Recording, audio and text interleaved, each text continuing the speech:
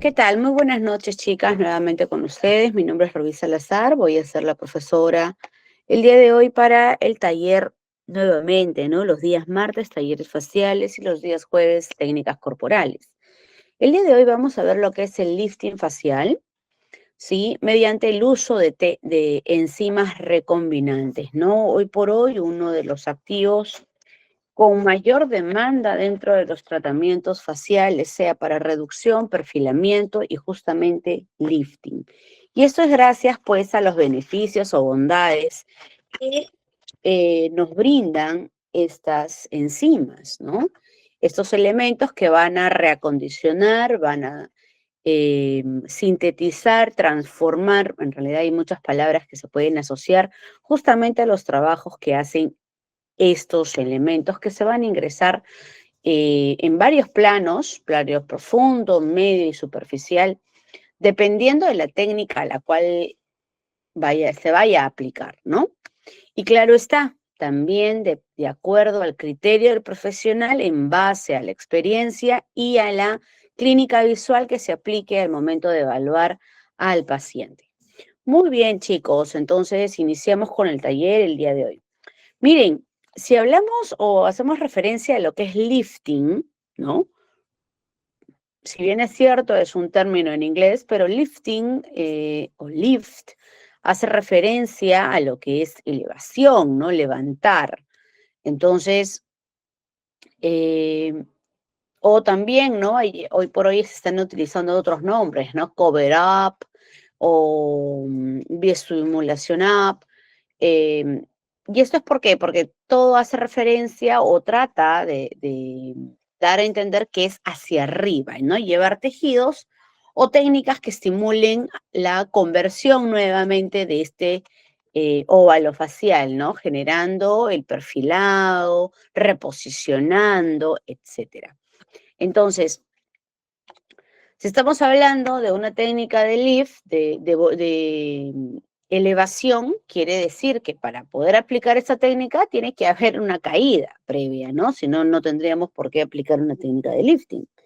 Entonces, y si estamos hablando de que hay una caída, esto es netamente a nivel cutáneo, a nivel del órgano como tal, estamos hablando pues de estadios de flacidez, posiblemente migración de los panículos grasos, ¿correcto? Entonces, esto va a generar con los años, porque esto es dentro de los factores agravantes, pues está el tema cronológico, ¿no?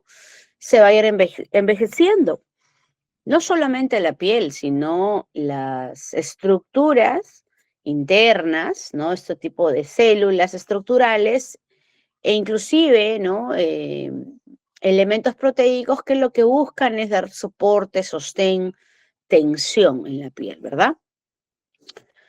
Cuando hablamos ya entonces de una caída, un estado de flacidez, pues estamos hablando mucho, en realidad, bueno, y estamos haciendo referencia pues al envejecimiento cutáneo, ¿no?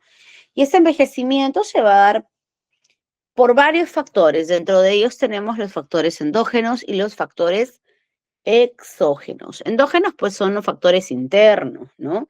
Que probablemente el usuario, el cliente, el paciente, puede dominar, puede tratarlos de forma interna, ¿no? Por ejemplo, está lo que es la nutrición, ¿sí? Los hábitos alimenticios desequilibrados también juegan un papel fundamental. ¿En qué sentido? Pues si el paciente utiliza o hace, miren, a veces es bueno rescatar estos términos, ¿no? Nutrición y alimentación.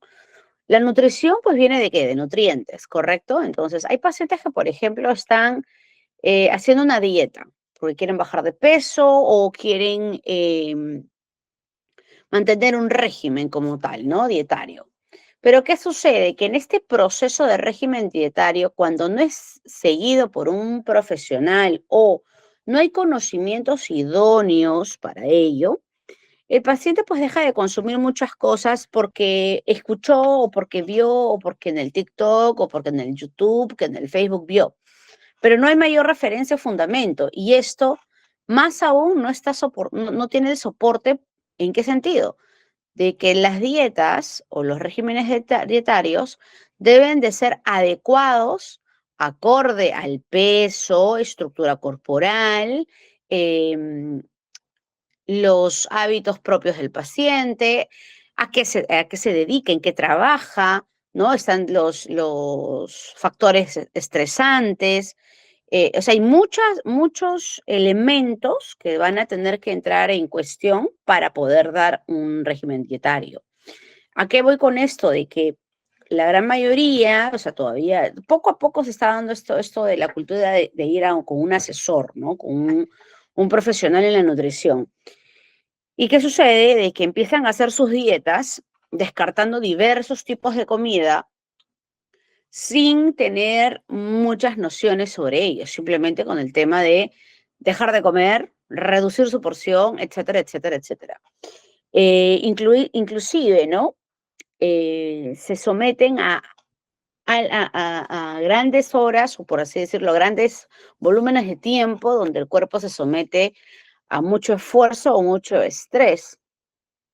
Claro, está bien que se haga deporte, está bien que haya un régimen, reducir ciertas porciones en la hora de la alimentación, pero debe de hacerse de forma adecuada e inducida. Lamentablemente, el primer órgano que va a resentirse y se va a notar, eso es lo peor, que se va a notar, es la piel. Entonces, la piel empieza a deteriorarse, se envejece más rápido, y esto es por qué. Cuando el paciente deja de consumir ciertos alimentos o por desconocimiento, le quita ciertos elementos los cuales este órgano ha estado acostumbrado, ha estado adecuado durante mucho tiempo. Por eso inclusive las dietas deben de ser progresivas, no deben de ser drásticas. Si bien es cierto, el paciente puede bajar, pero es la piel quien lo va a resentir, porque la piel no se vuelve tonificada, no se vuelve, por así decirlo, súper hidratada, luminosa, no. Empieza a tener una coloración un tanto cetrina, empieza a debilitarse la barrera de la protección, se acelera la permeabilización la pérdida de agua transepidérmica, ¿no? Se empieza a acelerar, por ende pierde densidad, se flasea cada vez más. Si bien es cierto, el órgano como tal, en el sentido a nivel hipodérmico, que es el tejido graso, también se reduce, pero no se reduce manteniendo la tensión. No, se reduce generando flacidez, bolsas o pliegues que no estaban anteriormente ahí. Entonces, es importante, este es un factor que el paciente, el usuario, el cliente puede controlarlo. Por ejemplo, dentro de la nutrición no debe dejar de consumir aminoácidos. Eso es algo fundamental. No puede descartar los minerales tampoco. La hidratación debe de ser constante, cada 2, 3 horas siempre hidratarse. Esto es algo súper importante. Ahora, adicional a esto, cuando hablamos sobre hábitos alimenticios, los hábitos alimenticios se refiere más que nada va hacia esos por ahí, no sé si lo han escuchado, entran en un régimen, en un régimen, correcto, siguiendo una nutrición específica, baja en calorías, súper en proteínas, de repente por ahí una media de fibra, etcétera, ¿no? Ese es el acondicionamiento nutricional. Pero el paciente tiene ciertos hábitos, como por ejemplo el comer entre horas, que puede estar condicionado o no. Pero dentro de esas horas tiene el consumo, ¿no? Ese hábito de tomar, por ejemplo, se me ocurre, café. El café está bien en ciertas proporciones, pero no en abuso. Si bien es cierto, tiene una parte de ser antioxidante, pero también tiene otra contraparte. Entonces, y hay que ver qué tipo de café. O sea, es toda una serie si queremos hacerlos de forma mucho más específica, ¿no? Direccionada. Luego de esto, los dulces, los chocolates, las comidas súper en grasas saturadas, las frituras, o por ahí en la semana, tengo un solo día para darme el gustito, y en ese día del gustito que le dicen, hacen todo un desorden. Entonces, yo no me estoy basando en las medidas corporales, me estoy basando en el órgano de la piel como tal. ¿Lo va a resentir? Pues sí, lo va a resentir, ¿no? Entonces, Todos los cambios que uno genera en el cuerpo deben de ser progresivos, puesto que los cambios que se producen en el cuerpo de forma natural son igual, son progresivos. Entonces, ¿para qué tenemos que por qué debemos de tener en cuenta esto? Si bien es cierto, cuando ya se empieza a ver ciertos cambios en el rostro, hay que tener en cuenta que estos cambios son lentos. Y si se empieza a ver que empieza a cambiar la posición de los surcos, la sonrisa se va notando cada vez más, el nasogeniano cada vez que reímos, si veo que estoy teniendo cada vez más ojeras, bueno, quiere decir que algo dentro de esta alimentación no está bien. Fuera de eso, también está los antecedentes de comorbilidad, ¿no? Es decir, algunas enfermedades en cruce, antecedentes familiares o enfermedades previas que han sido simplemente transitorias y no de larga data. Todo eso también influye, no solamente en el estado organizacional del cuerpo, sino que también afecta al órgano de la piel de forma externa, porque se visualiza, ¿no? Ahora, uno podría decir, pero yo consumo agua, yo tengo una buena alimentación. Sí, claro, hasta, y si es así, perfecto. Pero hay algo que debes de tener en cuenta, el factor de la edad. Con eso eso no lo podemos evitar. ¿Qué sucede cuando una piel es joven? Puede tener, cuando una piel es joven o cuando un paciente es joven, hay pacientes, y voy a darles algunos casos que de repente ustedes también han visto. Pacientes de 22, 23 años, tienen una vida súper bohemia, les encanta la playa, les encanta meterse sus tragos, sus cigarros, no llevan realmente una alimentación que digamos rica, sana, etcétera, ¿no? Esto lo vemos ya en pacientes un poquito más grandes porque, claro, ya vieron ciertos cambios, ¿no? Y quieren tomar medidas más drásticas. Pero, ¿qué sucede? Cuando el paciente es joven, no vayamos a pensar que la piel no se lesiona. La piel se lesiona. De igual manera que cuando es más grande, o sea, igualito. ¿Cuál es el detalle? ¿Por qué no se visualiza tanto en una piel joven? Es decir, en una piel de menos edad. Precisamente porque los procesos de regeneración, los procesos de cura, por así decirlo, ¿no? Hablo de forma general, son tan rápidos como los cambios que se generan en ella. O sea, es algo rápido. Se deteriora y así de rápido se deteriora, así de rápido se cura. O sea, no hay por eso es que no se nota. En cambio, con los años, ¿no? Un factor del envejecimiento es el tiempo. Con los años se acelera el proceso, igual, o sea, el daño es rápido, se hace rápido, pero el proceso de recuperación, de regeneración o de cura ya no lo es. Por eso es que se evidencian los cambios y se hacen cada vez más notorios. Y esto es con el tiempo. Por eso es que cuando tenemos más edad debemos de ser mucho más juiciosos a la hora del cuidado, ¿no? Fuera de esto, bueno, la edad que lo acabo de mencionar hace un momento, ¿no? En las enfermedades, de toda índole, la farmacología que pueda consumir el paciente. Hay pacientes que son fármacos dependientes, todo el tiempo deben de estar consumiendo algo. Es más, ya hay una alteración psicológica, no necesariamente tienen la enfermedad, sino que crean de forma psicológica, crean ellos una enfermedad, ¿no? Eso es una sintomatología netamente de la psiquis. Entonces, esto con los años va generando, va agravando, ¿no? Los signos del envejecimiento como tal, que se van a denotar como inesteticismos, tales como surcos, eh, fuera de los surcos, los pliegues, las bolsas, las proyecciones que no estaban antes, se van generando en zonas donde no deberían de estar, cambiando las proporciones anatómicas en la piel, ¿no? Afuera de esto, empieza a haber un deterioramiento, ¿no? A nivel de las estructuras óseas, se deprimen. Fuera de esto, también las estructuras grasas también bajan su volumen. Y si todo esto empieza a deteriorarse, definitivamente las estructuras o las fibras colágenas y elásticas, entre ellas, también van a perder su función, ¿no? Progresivamente, lo cual va a hacer que la piel entre en un estado pues de deterioro y se noten cada vez más los signos del envejecimiento. Fuera de esto tenemos factores exógenos. Dentro de ellos, bueno, en realidad el principal agente exógeno o externo es la radiación ultravioleta, ¿no? El famoso sol, los rayos solares, la radiación UVA, la radiación UVB.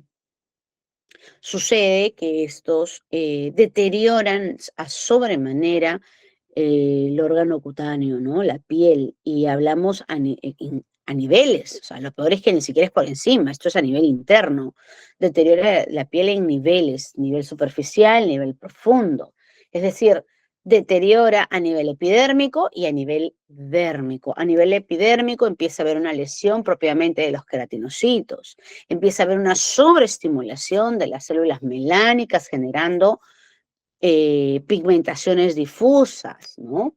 Fuera de esto, a nivel profundo, que estaríamos hablando a nivel de la dermis, podríamos decir medio y profundo, empieza a haber un deterioro a nivel de los fibroblastos, acelera el proceso de envejecimiento de los fibroblastos, que son células netamente compensatorias para la formación de colágeno y elastina.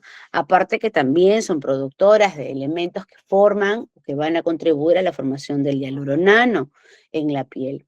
Entonces, cuando toda esta radiación ingresa, ¿no? Va a generar todos estos daños.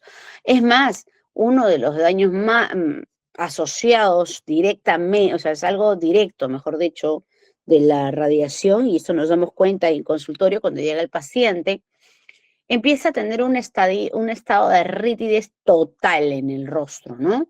Múltiples rítides en todo el rostro. Eso se llama elastosis. ¿Qué quiere decir? Porque la radiación UVA ha deteriorado a sobremanera las fibras elásticas de la piel, quitándole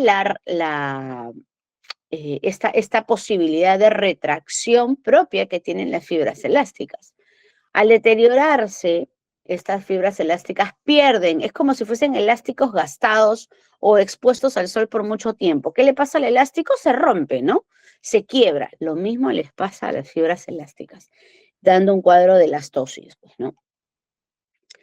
Muy bien, fuera de esto tenemos también factores exógenos que son como el tabaco, el consumo de alcohol, el consumo de tabaco, de cigarrillos, que acelera la producción de radicales libres, eh, el alcohol que provoca también retención de líquidos, entre otros factores, y bueno, las influencias ambientales y climáticas, los cambios de temperatura drásticos que se puedan dar, por ejemplo, se generan cambios en la propia vascularización de la piel,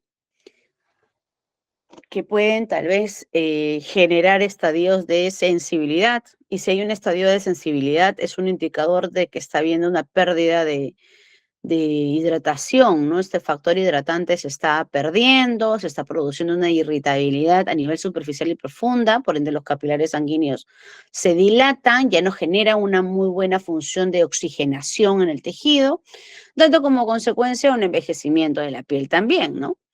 Fuera de esto, otro factor exógeno es también el maquillaje.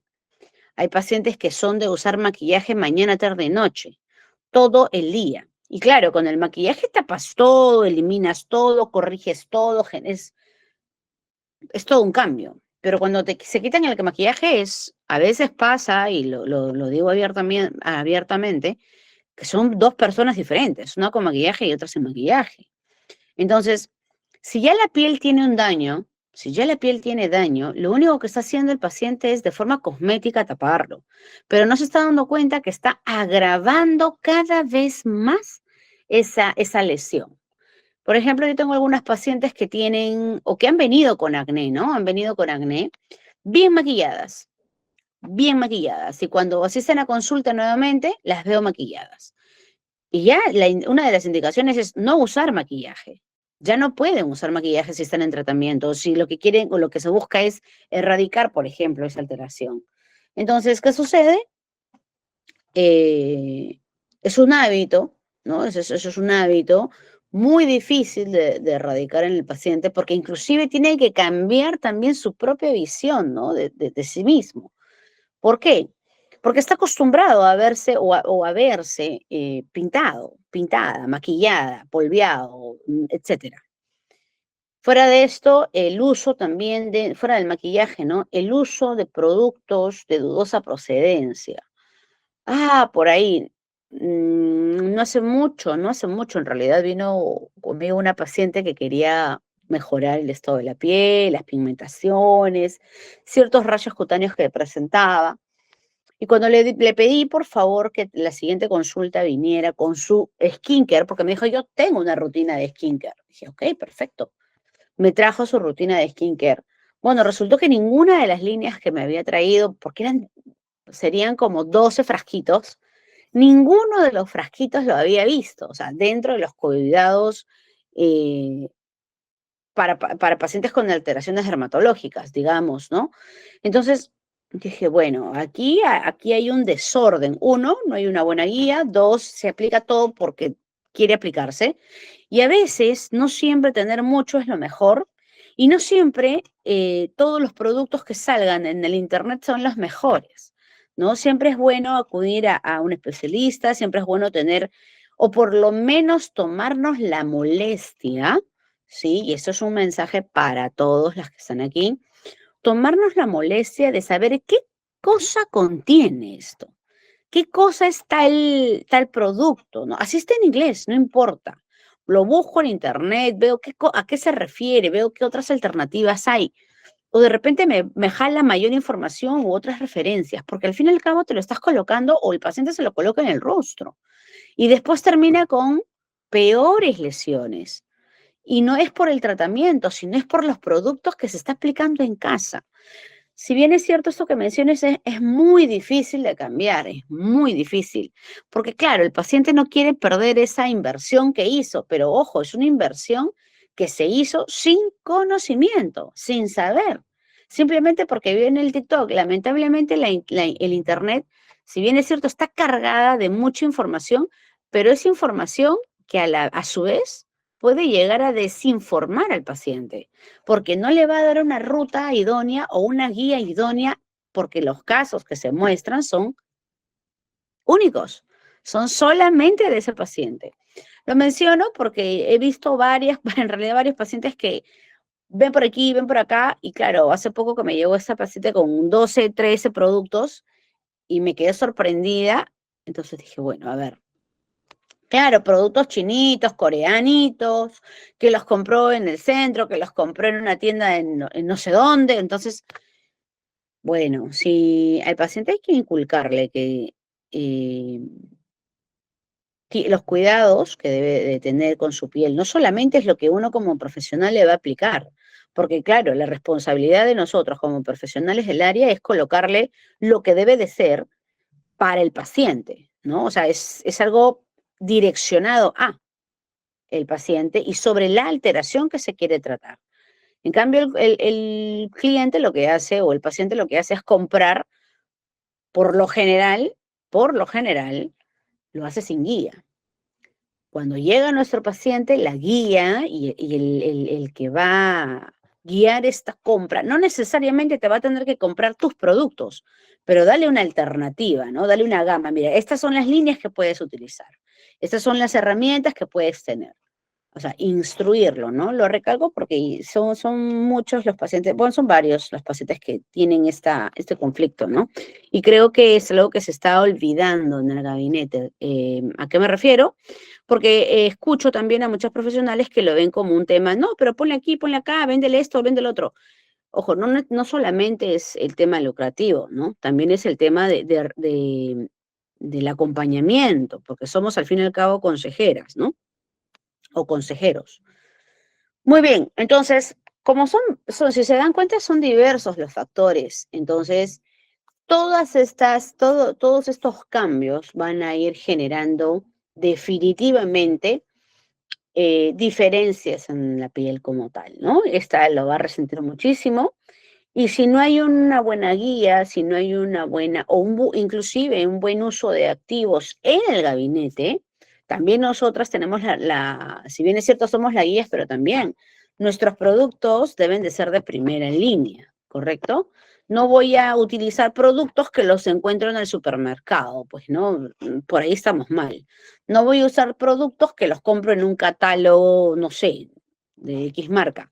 No, pues se supone que somos profesionales del área y por eso existen productos de gama profesional. Claro, vas a encontrar productos de gama terminal y productos de gama magistral que tienen menos tiempo de duración, pero igual son para profesionales del área. ¿Por qué? Porque entendemos sobre los activos, entendemos sobre los usos y aplicaciones, los tiempos, en qué fecha se usa, etcétera. Por eso, esa es nuestra ventaja, ¿no? Esa es la ventaja de poder guiar a nuestro paciente. Muy bien, teniendo en cuenta entonces los factores del envejecimiento, que son factores internos y factores externos, ¿no? El estrés es otro factor. El estrés es un factor que acelera la segregación de radicales libres, uno de los agentes principales para la oxidación celular, por ende el envejecimiento cutáneo, ¿no? La glicación también se produce, la otra teoría del envejecimiento es la glicación, que lo que busca, ¿qué cosa es? Netamente es romper los enlaces proteicos. ¿Y a quién, si hablamos de enlaces proteicos, sobre quién estamos hablando? Pues una de las proteínas principales y formadoras de la piel es el colágeno. Destruye los enlaces proteicos de esta fibra, de esta proteína, ¿no? Del colágeno, lo cual va a debilitar su función como tal. Y si debilita su función como tal, pues la piel se empieza a desplegar, ¿no? Empieza a flacearse. Muy bien. Entonces, hoy por hoy, teniendo en cuenta un poquito más sobre lo que es un paciente con flacidez, ciertos elementos que van a ayudar a que esto se genere, ¿no? A que la piel se envejezca, se flacee, se adelgace, etc. Están esos productos que son las enzimas. Hoy por hoy, a nivel dermatológico, está muy usado y a nivel estético con mayor razón, y esto es gracias a los beneficios, pues, o a las bondades, ¿no? Que han mostrado. Vamos a encontrar tres tipos de enzimas. Perdón, a ver. Vamos a encontrar dos tipos de enzimas y tres activos enzimáticos. ¿A qué me refiero con esto? Encontraremos enzimas que vienen líquidas, ¿sí? Ya líquidas. Y vamos a encontrar también enzimas que vienen en polvo. Estas son las liofilizadas. Y dentro de este grupo de enzimas vamos a encontrar tres activos. La primera es la hialuronidasa, la segunda es la lipasa y la tercera es la colagenasa, ¿sí? Hoy por hoy en dermatología el uso de las enzimas, ¿sí?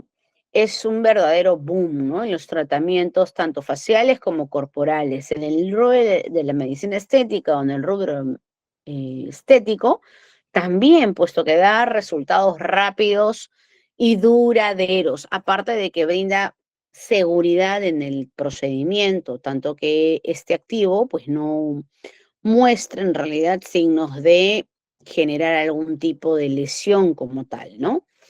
Como otros tipos de activos, ¿no? Sobre todo los mesoterapéuticos, cuando no son bien aplicados o no están bien direccionados. Recordemos que las enzimas son a nivel general, ¿no? Vamos a encontrar diversos tipos de enzimas en el cuerpo. De ahí, pues, lo que se refiere a las reacciones enzimáticas, ¿correcto? Una de ellas, por ejemplo, tenemos a nivel de la digestión, ¿no? La gastrina, la peptina, que son enzimas que van a promover una degradación, una transformación de los alimentos, ¿no?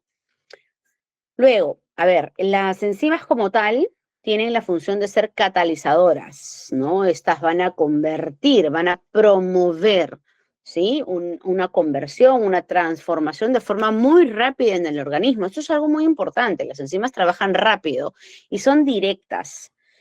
Cuando se refiere o se hace referencia a un trabajo enzimático, quiere decir de que las enzimas por lo general no son activos que vayan a provocar la erradicación de algo o van a matar algo, no. Son transformadoras, ¿no? La actividad enzimática se da para transformar algo más, ¿no?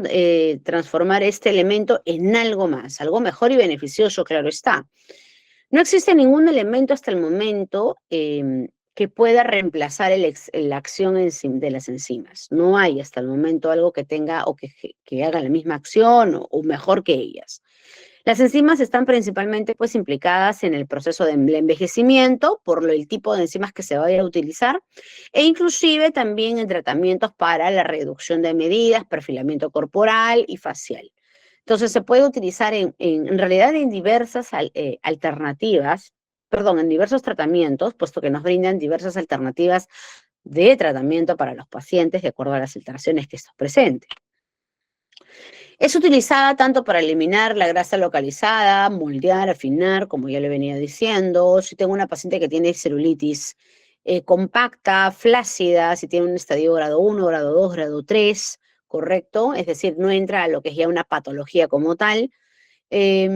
Contribuye a la reafirmación de los tejidos, por supuesto que sí, ayuda mucho a la retracción de la piel. No te voy a decir que te va a generar un pegado al 100%, pero sí va a ayudar a minimizar la flacidez en ella, a generar mejor marcación si estamos hablando netamente del óvalo facial, ¿sí? Contribuye a mejorar la apariencia de las zonas. Si hablamos del rostro, pues a mejorar las zonas donde haya prominencia, ¿no? Prominencia a consecuencia de tejido graso, claro está, ¿no? Lo cual va a generar un perfilamiento, una mejor proyección, como lo estamos viendo en la imagen de abajo, ¿no? Lo podemos utilizar, por ejemplo, para la reducción de papada, de mejillas, ¿no? Estas mejillas prominentes que hacen la cara que se vea un poco más redonda. La migración propia de la grasa facial hacia la zona nasogeniana y nasoyugal, ¿no? Esta formación de los surcos que se van marcando, que hace que el rostro se vea cada vez más cansado, un tanto más deteriorado, colgado, ¿no? Elongado.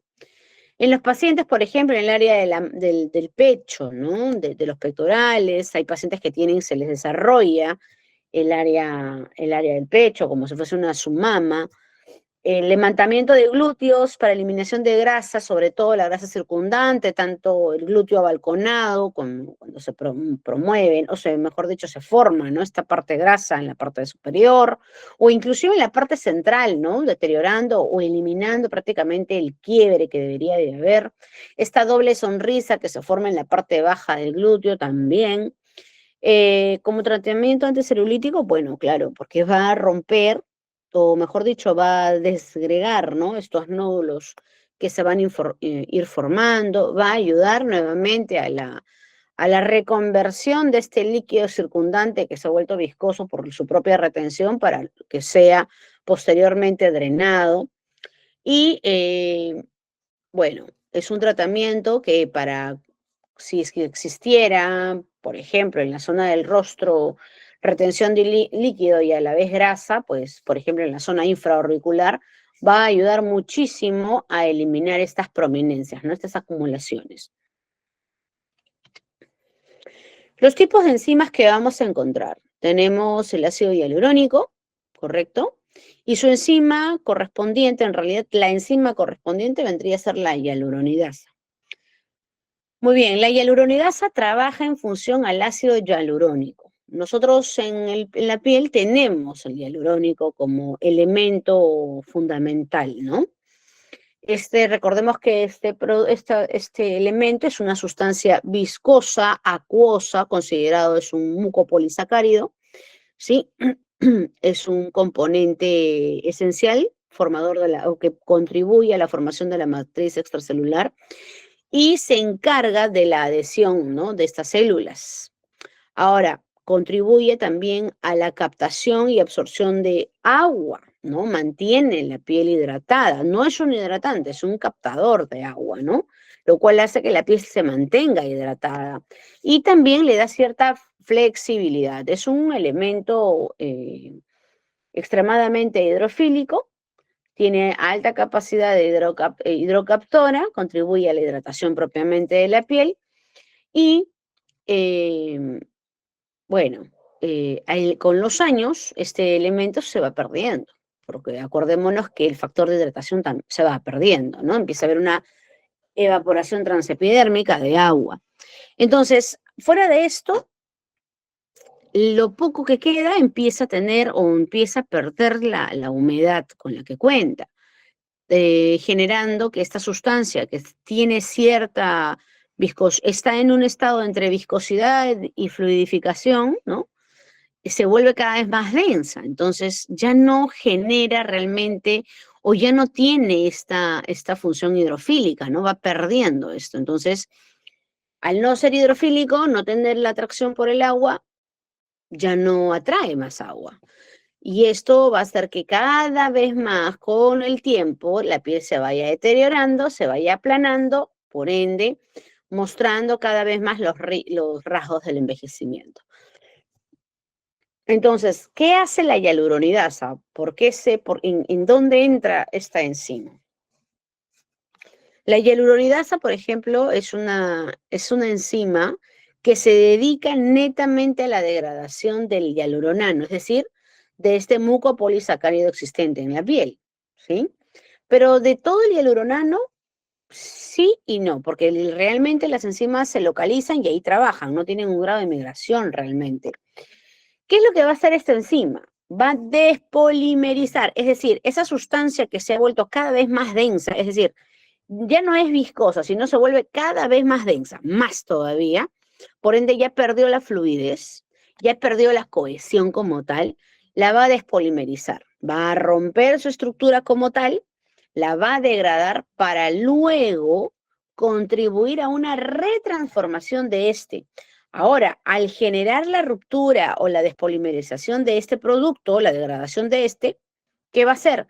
Va a contribuir o va a inducir, mejor dicho, va a inducir a una mayor formación de este producto, ¿correcto?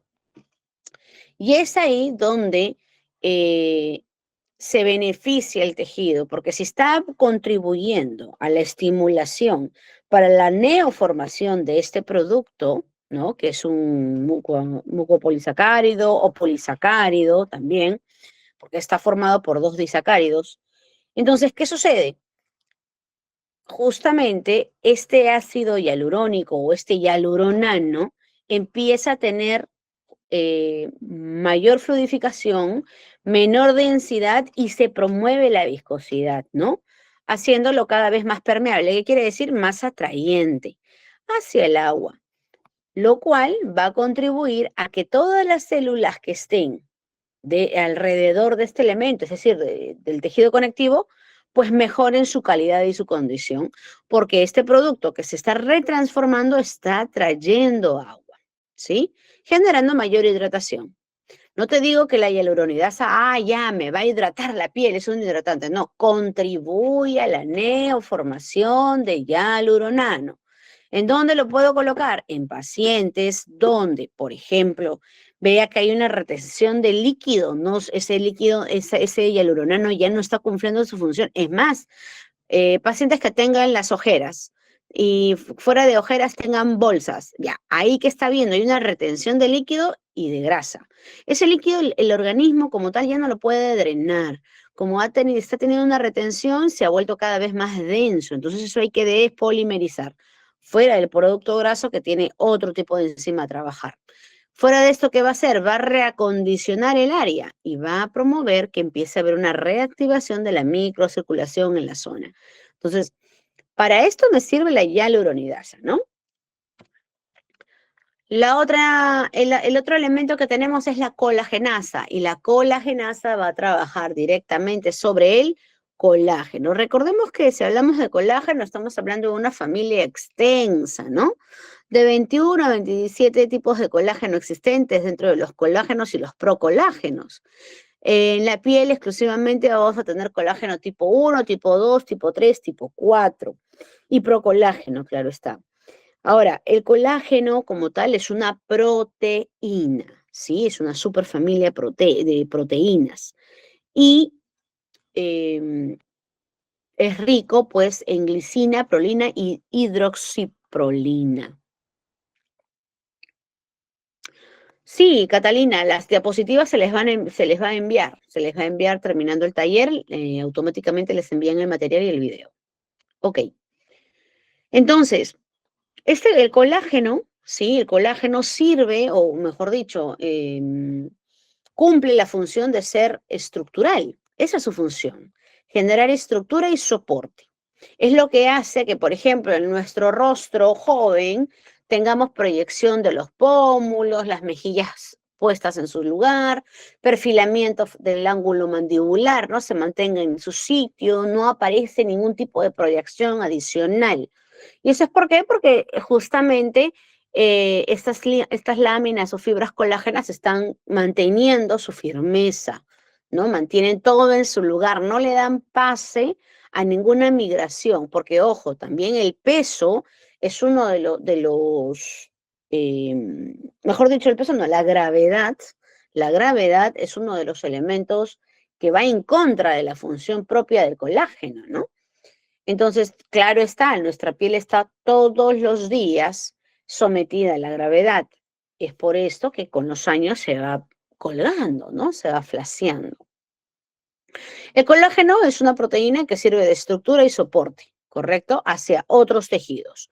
Es una proteína extracelular con alta capacidad para deformarse y volver a su forma original. Eso es súper importante. Sin embargo, con los años, esta va a perder su función como tal porque se va a ir degradando. ¿Quién es el principal elemento productor del colágeno? Netamente el fibroblasto, ¿no? El fibroblasto es una célula productora de colágeno, ¿correcto? Recordemos que el colágeno es una proteína que la vamos a encontrar no solamente en la piel, sino que en articulaciones, en la formación de los huesos, ligamentos, entre otros órganos, inclusive, y tipos de tejido, ¿no? Se considera tejido conectivo, mejor dicho, es parte del tejido conectivo, dérmico y subcutáneo, porque también a nivel hipodérmico encontramos colágeno, ¿ok? Entonces, la colagenasa. ¿Qué cosa hace la colagenasa y en qué casos vamos a aplicar la colagenasa? Simplemente, bueno, no simplemente, pero teniendo en cuenta la función del colágeno y en dónde esta estructura va perdiendo esa función, es ahí donde necesitas un activador, por así decirlo. Muy bien, ¿qué es lo que hace la colagenasa? Recordemos que la colagenasa es una molécula que va a participar en gran cantidades de procesos dentro del organismo. ¿Qué es lo que hace? Es romper justamente los enlaces peptídicos o proteicos del colágeno. Recuerda que para que se forme una proteína tienen que haber enlaces peptídicos, ¿verdad? Es decir, los péptidos que formado por aminoácidos se enlazan para formar esas estructuras proteicas, puesto que el colágeno es una proteína. Cuando se rompe esa estructura proteica, la colagena, que es a consecuencia de la actividad de la colagenasa, lo que va a hacer es, como tiene una alta capacidad fibrinolítica, va a empezar a generar un reordenamiento o una reformación o una neoformación de ese colágeno existente, pobre o deficiente, por así decirlo, lo va a transformar. Fuera de esto, va a contribuir a la inducción nuevamente de nuevas fibras de colágeno, ¿no?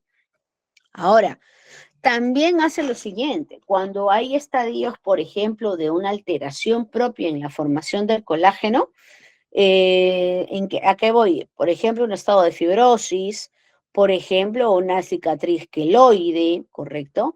Ahí también entra el colágeno, porque claro, estas alteraciones en la piel se van a dar a consecuencia también de una alteración en la formación o disposición propia de las fibras colágenas, ¿no? Entonces, ahí es donde entra la colagenasa, va a reorganizarlo. ¿Correcto? No es que lo vaya a erradicar, eliminar y excretar. No, eso no pasa. Ese colágeno existente que está desorganizado lo va a retransformar. ¿Correcto? Va a eliminar sus enlaces proteicos para retransformarlo y formar una proteína más eficiente. Fuera de eso, contribuye a la formación de nuevas fibras colágenas. Entonces, es un muy buen elemento para trabajar donde estas fibras estén cumpliendo una función deficiente, ¿no? Ejemplo, flacidez, ejemplo, fibrosis, ejemplo, queloides, ejemplo, pacientes con celulitis, ¿correcto? Ahí va muy bien, ¿no? Degrada el colágeno nuevo para producir un colágeno nuevo. Y luego tenemos lo que es la lipasa. La lipasa va a trabajar exclusivamente sobre el tejido graso, nada más. A esto que quiero decir con el nada más es que cada enzima va a trabajar en función a un elemento existente en la piel. Si tengo una paciente que tiene, por ejemplo, ¿no? Tiene flacidez, no le voy a colocar solamente lipasa, pues, ¿no? Porque ¿de qué me sirve reducir el volumen graso si no estoy contribuyendo a formar mejor colágeno? Igual va a quedar flácido, más delgada la piel, pero flácida. Necesito trabajar colagenasa porque quiero generar retracción. Ahora, si tengo una paciente que es delgada en el rostro, ¿no? Tiene un rostro delgado, pero tiene flacidez, trabajo lo que es y veo que ya hay signos de envejecimiento, entonces, ¿qué debo de trabajar? Colagenasa para generar nuevamente, fortalecer estas fibras de tracción y necesito hialuronidasa para que me reconvierta este líquido, este mucopolisacárido que es deficiente, que se está volviendo cada vez más denso, se está deteriorando, vamos a retransformarlo, ¿correcto? Entonces, y si se retransforma, quiere decir que este hialuronano existente va a mejorar y acondicionar a las demás células existentes en la zona. Entonces, el uso de las enzimas, a lo que quiero llegar, es que se va a direccionar en función a lo que vemos. No solamente, veo grasa, grasa voy. Veo flacidez, solo colágeno. No, ¿qué más está asociado a esto? Y de acuerdo a eso se utilizan las enzimas. Muy bien, tenemos las lipasas que van a trabajar netamente en función al tejido graso de cualquier índole, ¿ah? Ojo, de cualquier índole, puede ser a nivel facial, a nivel corporal, adiposidades de contorno. Ahora, muy bien, voy a corregir esta partecita, de cualquier índole. No la vamos a trabajar en mamas, por favor. Por ahí una vez me dijeron, ¿me puede colocar lipasas en las mamas? Quiero reducir mamas. No, no, ahí no se colocan lipasas. No es que no se pueda, es que hasta el momento no hay un protocolo que sea para las mamas y eso hay que respetarlo. Fuera de esto también. Yo no soy inventora de las enzimas, no soy la química o el médico químico que se dedicó a la formación de esta para aplicarlo en mamas. No, ¿sí? Por favor, no excedamos en ese sentido. Uno, punto número dos, las mamas, recuerda que tiene una cadena ganglionar extensa, ¿no? Que va hasta la zona posterior. Entonces, hay que tener cuidado. Número 3, es una zona de fácil estimulación, así que por favor no es un producto para reducción de mamas. Si nos toca una paciente que quiere hacer reducción de mama como tal, en la mama misma no se aplica. Puedo colocar en la área de contorno, en la parte posterior. Para ginecomastía en pacientes masculinos sí hay protocolos, pero en pacientes femeninos no hay un protocolo establecido, puesto que la mama en el sexo femenino tiene una mayor cadena ganglionar y eso es lo que se debe de cuidar. Ahora, en ginecomastía, claro, pacientes que tienen masculinos, ¿no? Paciente masculino que tiene la protrusión del tejido graso, o sea, eso es un saco. Entonces se trabaja en una zona específica y de acuerdo a la migración, a la disposición propia del tejido graso, ¿no? Se trabaja ahí nomás. A ver, las lipasas actúan netamente sobre el, ok, Carolina, actúa netamente sobre el metabolismo de los triglicéridos, ¿no? Es decir, sobre las gotas triglicéridas que forman estas células grasas, ¿no? Los adipocitos. Tiene la función de romper las moléculas, ¿sí? Del tejido graso como tal, para que se convierta en células más pequeñas, por ende sea más rápida y más fácil su movilización y así puedan ser también eliminadas. Los triglicéridos van a ser eliminados de forma más rápida. A la lipasa en realidad no la va a retransformar, no la va a hacer mejor, no. Lo que hace es, si tengo un paciente que tiene adiposidad compacta, lo que va a hacer es que se haga más suave, por ende facilitar progresivamente su reducción, ¿no? Subdividiéndola. Y a la vez contribuye a la eliminación propia del triglicérido que está dentro de este adipocito.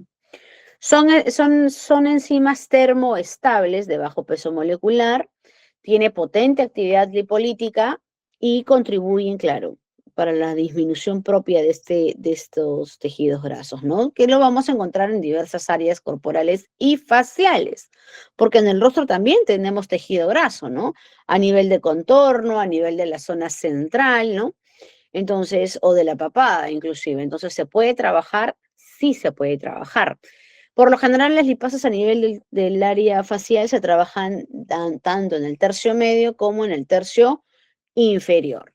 Hay casos excepcionales que se trabaja en la zona infraauricular siempre y cuando existan lo que son las bolsas o las VACs por acumulación de tejido graso, nada más. Si no es el caso, no se debería de aplicar. Ahora, eh, recuerda que si es tejido graso y que está generando una proyección hacia afuera del tejido, tienes que trabajar sí o sí, sea hialuronidasa o colagenasa, de acuerdo a lo que toquemos en la estructura facial, ¿no? Si es acumulación de líquido o es que hay flacidez propiamente del tejido, también por los años, y claro, por el peso que genera la adiposidad acumulada en la zona, ¿no? Con las enzimas, ¿puedes trabajar aparatología? Sí puedes trabajar aparatología, pero esta debe de ser aplicada antes, ¿correcto? No se aplica después, puesto que las enzimas son termoestables. No debemos de cambiarle la temperatura, ni inducir a nada. Recuerda que estos son organismos que están a tener una actividad inmediata. Entonces, es algo que debemos de considerar y tener en cuenta. No aplicar aparatología después del uso. Puedes hacerlo antes, digamos, hoy llegó tu paciente, hoy día le hago una radiofrecuencia, hoy día le hago, no sé, se me ocurre una lipólisis, hoy. Y terminando la aparatología, recién higienizo, retiro mi gel conductor, de acuerdo al dispositivo que hayas usado, recién aplico las enzimas. Después de esto ya no le aplico nada, por lo menos que pasen unos 5 días, 6 días, le podría volver a aplicar la aparatología. Nada más. Pero las enzimas tienen un ciclo de 10 a 15 días entre sesión y sesión. Eso lo vamos a ver en un momento, ¿sí? ¿Cuáles son las indicaciones propias de las enzimas? Miren, podemos trabajar en bolsas palpebrales, en remodelación del contorno facial, ¿no? Perfilamiento mandibular, ¿no? El famoso Jungs que aparece en la zona central inferior, ¿correcto? Podemos también trabajar en la zona del doble mentón, triple mentón, dependiendo, inclusive también en el área del cuello. Si hay mucha flacidez, se están mostrando, no necesariamente una disposición de tejido graso, sino que estamos viendo que se están formando las famosas líneas de violín, ¿no? Que son eh, cordones, y esto es, ¿por qué? Porque el tejido se está flaseando y el paciente tiene, o el famoso cuellito de pavo que le dicen, ¿no? También, muy bien, ahí podría entrar también las enzimas. Adiposidades localizadas, cicatrices hipertróficas, como la que estamos viendo acá arriba, estrías, pero estrías rojas, no estrías blancas, ojo, estrías rojas. Ahí, por ejemplo, ¿qué necesito? Enzimas que promuevan la conectividad de los tejidos, porque acuérdate que la estría es una ruptura de tejido. Y si está roja, quiere decir que todavía hay vascularización en el área, no está en tejido cicatricial como lo que son las estrías de color nacaradas o blancas, ¿no? Fibrosis postquirúrgicas, por supuesto que sí, como lo que vemos acá, ¿no? Y, por supuesto, pacientes con PF, que es la paniculopatía de hematofibroesclerótica, es decir, celulitis. ¿Correcto? Entonces se puede utilizar en diversas zonas, tanto el área facial como en el área corporal. El éxito de la técnica va a depender de lo que induzcamos, de lo que se vaya a colocar. Para ello hay que hacer una buena evaluación, como ya lo hemos venido mencionando. Contraindicaciones, pues bien, no se puede trabajar en pacientes que tengan enfermedades autoinmunes descontroladas. Pacientes hipertensos en periodo de lactancia y embarazo. Lactancia y embarazo radicalmente es un no. No se puede trabajar en ellos. Pacientes con diabetes, hipertensión, siempre y cuando tengan un control, se podría. Si no es un paciente bajo control, no es un paciente adecuado para ningún tipo de tratamiento estético, ¿correcto? Pacientes con problemas de coagulación, es decir, que consuman warfarinas, heparinas, no de preferencia. Evitar aplicar en procesos de infección o lesiones abiertas. No es evitar, aquí es un rotundo no. Pacientes con infecciones preexistentes, con lesiones abiertas en el momento de la sesión o que tengan menos de 15 días de algún tipo de viral, infección, etcétera, no son pacientes idóneos. ¿Y esto es por qué? Netamente, acuérdate por favor de la función del sistema inmune. No puedes aplicarle nada porque ese sistema inmune, uno, o está concentrado en la infección o en el proceso, ¿sí? Que se esté dando, o dos, todavía no se ha recuperado como tal. Así que, por favor, no se le induce a nada al paciente, no se le coloca nada, y no por el activo. Ojo, no por el producto, sino por la técnica, porque el producto no se topica. El producto se infiltra mediante agujas. Y si se infiltra por ahí, digamos, el paciente tiene una infección, pero le aplicas la enzima. No es la enzima la que vaya a generar algo, es la técnica. Ponte que por ahí no hubo una buena higiene y una de las bacterias ingresa, porque bacterias a montones existen y son bacterias oportunistas. ¿Y por qué se le dice oportunistas? Porque esperan el momento adecuado para ingresar. Y este sería un momento adecuado. Ese sistema inmune está concentrado en otro elemento, en una infección. Por ende, no va a cumplir su función de defensa inmediata a la hora que ingrese una bacteria secundaria, ¿sí? No lo va a reconocer de forma inmediata. A eso es que vamos, por eso es uno de de los indicadores principales que se debe de tener en cuenta a la hora de evaluar al paciente. Infecciones no. Otro, pacientes que tengan herpes. Si el paciente ha tenido herpes hace una semana, no, porque las enzimas de por sí generan cierto grado de inflamación y eso va a inducir a un brote mayor y agudo. Así que, por favor, hay que tener mucho cuidado en ese sentido. De preferencia, y este es un consejo, por lo menos que tenga un mes. No quiere decir que los pacientes que hayan tenido el peso no se les pueda aplicar. Sí se les puede aplicar, pero debe de haber un control, porque el herpes, como es una enfermedad autoinmune, puede brotar en cualquier momento a consecuencia del estrés al que se somete el paciente. En este caso, las enzimas en algunos pacientes se ha evidenciado mayor cuadro inflamatorio que en otros. Y esto es algo que no se puede prever, o sea, puede que sí, puede que no.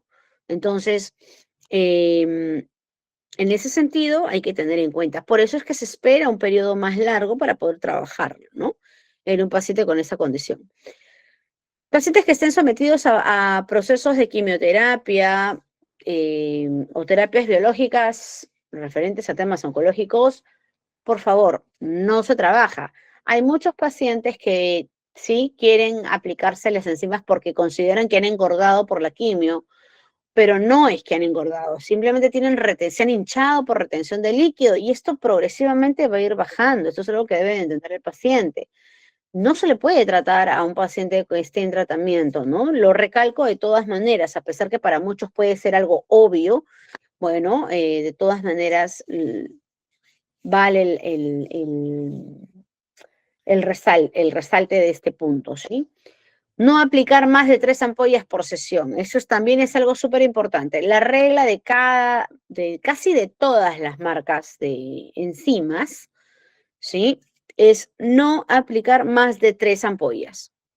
¿A qué me refiero? Más de 3 elementos. Más de 3 no. Digamos que tengo lipasa, colagenasa y hialuronidasa. Ahí tienes 3 elementos. Pero ¿qué pasa si quieres aplicar más lipasa que colagenasa? Puedo aplicar 2 lipasas y una colagenasa. Igual ya tienes 3 elementos. A eso voy. Más de 3 no se puede. ¿Ok? Más de 3 no se puede. ¿Cuáles son las consideraciones que debemos de tener en cuenta en el pretratamiento? Es decir, antes de hacer el tratamiento. Primero, no aplicar en pacientes que reciban tratamiento con tetraciclinas. Toxinas botulínicas después de 15 días aplicada la última sesión de enzimas. Es decir, después de los 15 días a 20 días de haber aplicado la última sesión de enzimas, recién podrás aplicar tu toxina botulínica. Ahora, la toxina botulínica va a nivel de tercio superior, digamos, y trabajas las enzimas a nivel de tercio medio. Pero, ¿qué sucede? Uno puede decir, ¿pero qué tiene que ver la toxina arriba y la enzima abajo? Ya, sucede que la toxina en algunos casos puede migrar y migra por conductos nerviosos, ¿correcto? Entonces, por ese sentido es que hay que tener cierta consideración. Hay que esperar que la enzima se retire del tejido, termine de hacer su trabajo y recién aplicar una toxina si es que ese fuera el caso. ¿Sí? Esas son las recomendaciones generales de varias líneas de que trabajan con enzimas, ¿no? Que formulan las enzimas. Hay que respetar estas condiciones. Muy bien, si el paciente se ha colocado ácido hialurónico, también hay que tener cierta precaución. Digamos que el paciente se ha trabajado ácido hialurónico, ¿sí? En las zonas, a ver, se me ocurre, en la zona del mentón, ya. O se ha hecho hialurónico en la zona del margen mandibular para hacer un poquito más cuadrada la mandíbula. Pero el paciente también tiene tejido graso y quiere reducirse. Si está en tus manos el poder ordenar este protocolo, el poder ordenar estas técnicas, lo ideal sería primero trabajar con enzimas y al último el hialurónico, ¿sí? Pero si el paciente llega que ya se colocó hialurónico y ahora quiere enzimas, hay que tener mucho cuidado dónde lo vas a aplicar, porque la enzima puede deteriorar al ácido hialurónico, sobre todo si utilizas, claro está, hialuronidasa, ¿no? Entonces, si vas a hacer una coctelería o vas a utilizar una recombinante que ya tenga hialuronidasa, ahí hay que tener cuidado. Por eso es que hay que tener precaución en su uso. Es de preferencia, hay que trabajar antes la enzima y después colocar otros activos, ¿sí? Luego, bueno, si hay algún proceso de vacunación, de preferencia 15 días, es la recomendación mínima y lo ideal es que sea un mes. ¿Riesgos de hipersensibilidad en atópicos? Sí, las hay, por supuesto que sí. Hace un momento les acabo de decir que se va a inducir a cierto grado de inflamación y claro, en pacientes que tienen o han tenido algunos cuadros de dermatitis atópica, por supuesto. Recordemos que la dermatitis atópica no es una causa exacta, es multifactorial. Y uno de los factores podría ser una inflamación, ¿no? A ver, está contraindicado, ya lo hemos dicho anteriormente, pacientes con lactancia, gestantes, por favor, enfermedades autoinmunes, infecciones existentes, alergias, ¿sí?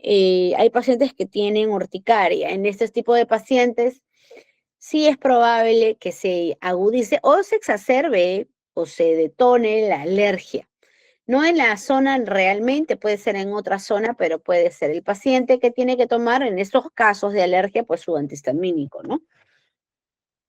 Trastornos de la coagulación eh, y diagnósticos o enfermedades como por ejemplo de diabetes mellitus mal controlada. Pues.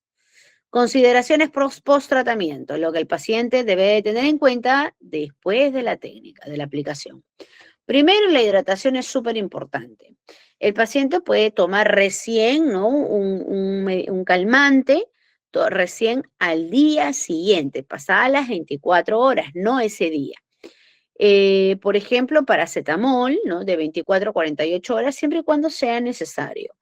Hay pacientes que después de las 24 horas ya no sienten nada, empieza a haber una baja en la sensación, en el fastidio y se va.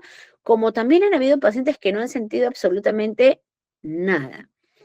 Reducir la ingesta de alcohol definitivamente, de carbohidratos, grasas, totalmente, si es una técnica para reducir, por ejemplo, sobre todo en eso.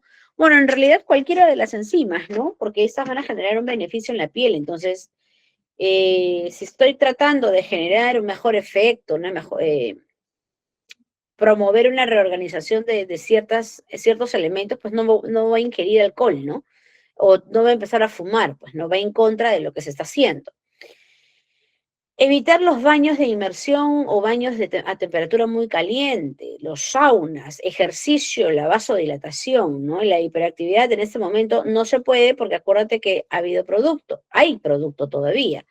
Entonces, esto tiene que mantenerse estable, de preferencia unas 48 horas. La aplicación de la aparatología para mayor catálisis de la enzima. Esto no puede ser aplicado antes, tiene que ser, perdón, no puede ser aplicado después, debe de ser antes, ¿sí? Antes. Administración cada 15 días según el esquema de tratamiento sugerido por el médico representante médico. Lo ideal es que las enzimas se trabajen de 10 a 15 días de acuerdo al caso.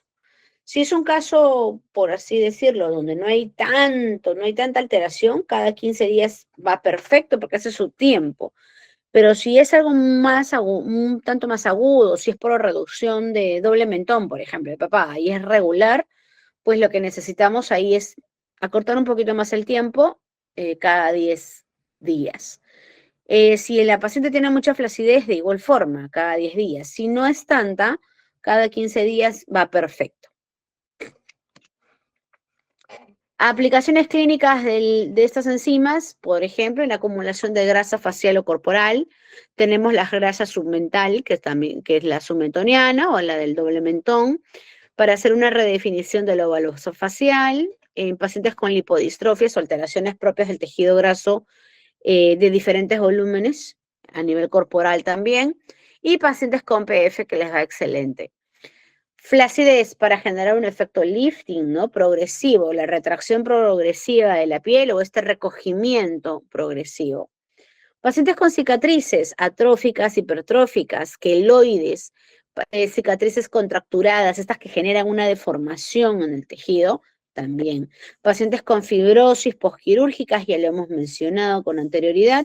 Y claro está, en pacientes con estrías, pero de coloración roja, ¿ok? De coloración roja. ¿Cuáles son los efectos esperados de las enzimas?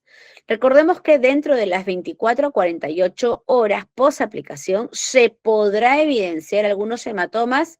Sí, y esto es algo que debemos de indicarle al paciente. Se podrá, al decir se podrá quiere decir que cabe la posibilidad. Puede que sí, como puede que no. Algo que aquí debes de entender es, o el paciente debe de entender es que eso se aplica con agujas. Y si aplicamos con agujas, es muy probable que por ahí puedas coger alguna capilaridad, ¿correcto? Y claro, se forma una equimosis o en un grado un poco más agudo, pues un hematoma.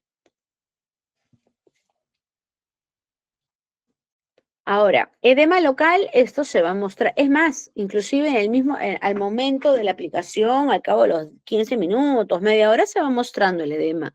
Y esto también no solamente es por la técnica de aplicación, sino por el producto que se está colocando, que es líquido, ¿no? Como va a estar, si es en polvo, se va a restituir, se le coloca suero fisiológico y es un líquido al fin y al cabo, entonces este va a generar un llenado en la zona, generando este edema. Ahora, inflamación local definitivamente, y esto es por la cantidad de lesiones que se van a generar por las agujas.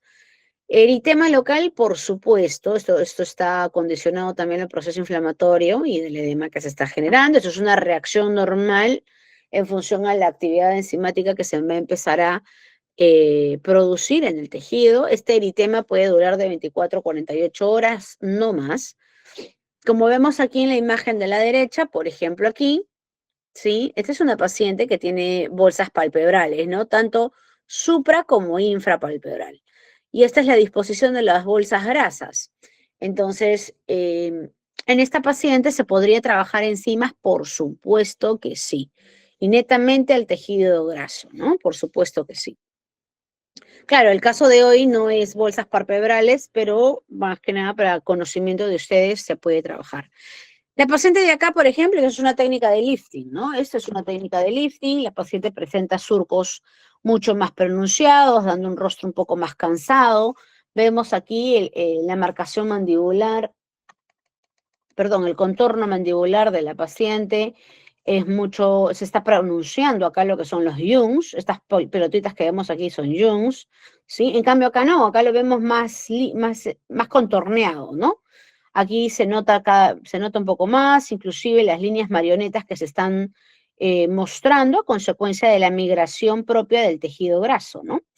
Fuera de aquí, miren acá, estamos viendo, fuera de esto, estamos viendo aquí que se están en este surco de acá, este es el surco nasoyugal, que es a consecuencia de voluminización, correcto, en esta área del tejido graso, la grasa malar o toda la disposición que tenemos en la zona cigomático malar, en esta área, empieza a sufrir una migración, lo cual hace que se marque el peso.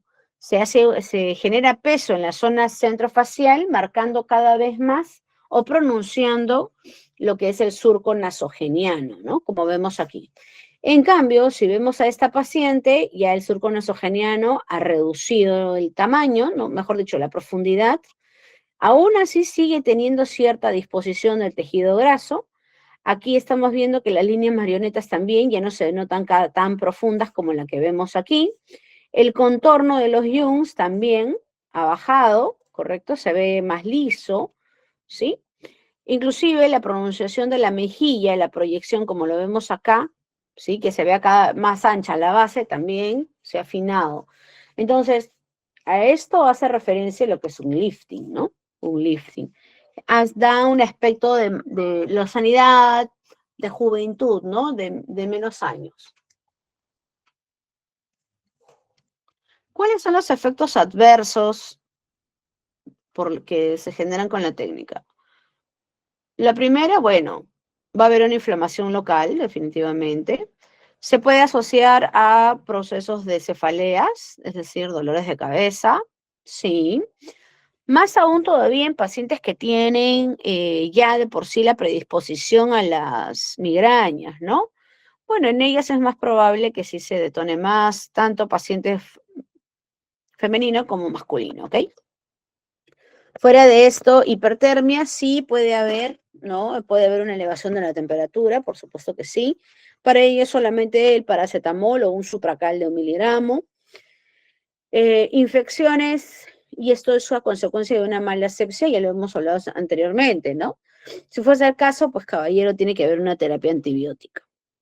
Hipersensibilidad, netamente antihistamínicos, una loratadina, desloratadina, si es de día, y una cetiricina o clorfenamina, pues si es de noche, puesto que estos generan somnolencia en el paciente, ¿no?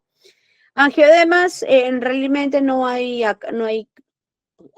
casos, esto se da cuando hay una infiltración netamente del producto en una vía vascular, y pues nadie va a ir canalizando ni nada por el estilo, ¿no? Eso se trabaja a nivel sí, a niveles profundos, medio y superficial, pero estamos hablando del tejido graso exclusivamente, así que, y siempre, de preferencia les aconsejo siempre hacer técnica de pliegue, ¿no? Un poquito de pliegue o generar cierta protrusión del tejido para poder aplicarlo. Fuera de esto, también podemos asegurarnos en aspirar antes de generar la punción, así que es muy improbable que se dé, solamente se ha reportado un caso, así que, y esto se controla a nivel médico, ¿no? ¿Cuál es la frecuencia del tratamiento? El tratamiento se debe realizar una vez cada 10 a 15 días, ¿sí? Y esto va a depender mucho de qué, de la respuesta inflamatoria del paciente. Duración del tratamiento de 2 a 8 de 2 a 8 sesiones, aquí lo vamos a corregir, es de 2 a 8 sesiones. A ver, perdón, voy a colocar aquí ya. Antes que se me olvide. Ya, ahora sí. Duración del tratamiento de 2 a 8 sesiones. Cuidados posteriores a la aplicación. Evitar el sol por lo menos 7 días, una semanita, nada de exposiciones solares, nada de piscinas, saunas, correcto, por 7 días. Hay que usar obligatoriamente una faja elastocompresora en los tratamientos, sea para el área facial o para las áreas corporales. ¿Y esto es por qué? Porque hay que generar presión. La presión que genera la faja elastocompresora, por ejemplo, en la zona de rostro, sea para reducción de volumen o para el perfilamiento, La faja hace presión, lo cual promueve la cohesión de los tejidos, es decir, que se junten cada vez más. Y esto es importante. Fuera de eso, punto número 2, va a minimizar los efectos inflamatorios como tal. Así que no se va a sentir. En cambio, cuando el paciente no usa la faja, de todas maneras hay un peso, porque acuérdate que hay un producto que es aplicado, esto genera peso más la gravedad, se sigue elongando cada vez más. Entonces, es una forma de ayudar, ¿no? Es una forma de ayudar al tejido. Usar obligatoriamente, ya sabemos, esto es obligatorio, lo mínimo que puede usar el paciente la faja, mínimo, la faja facial, ¿no? La elastocompresora o la faja mentonera, lo mínimo son 4 horas, lo ideal es que utilice pues en todo el día de la mañana y para dormir ya se la retira. ¿Cuánto tiempo es lo que debe de utilizar la faja? Durante el tiempo que dure el tratamiento, eso es lo ideal. Y como un tema de mantenimiento en casa, por ahí cuando ya haya terminado el procedimiento, ya salió del tratamiento, como un tema de mantenimiento, puede utilizar su fajita pues unas 4 horas en casa, ¿no? Cuando esté ya de noche, así, antes de dormir, unas 3 horitas, como un tema de mantenimiento, porque la faja al fin y al cabo promueve la formación, ¿no? Va a contribuir a formar y seguir pegando. No puede realizar ejercicios, ¿sí?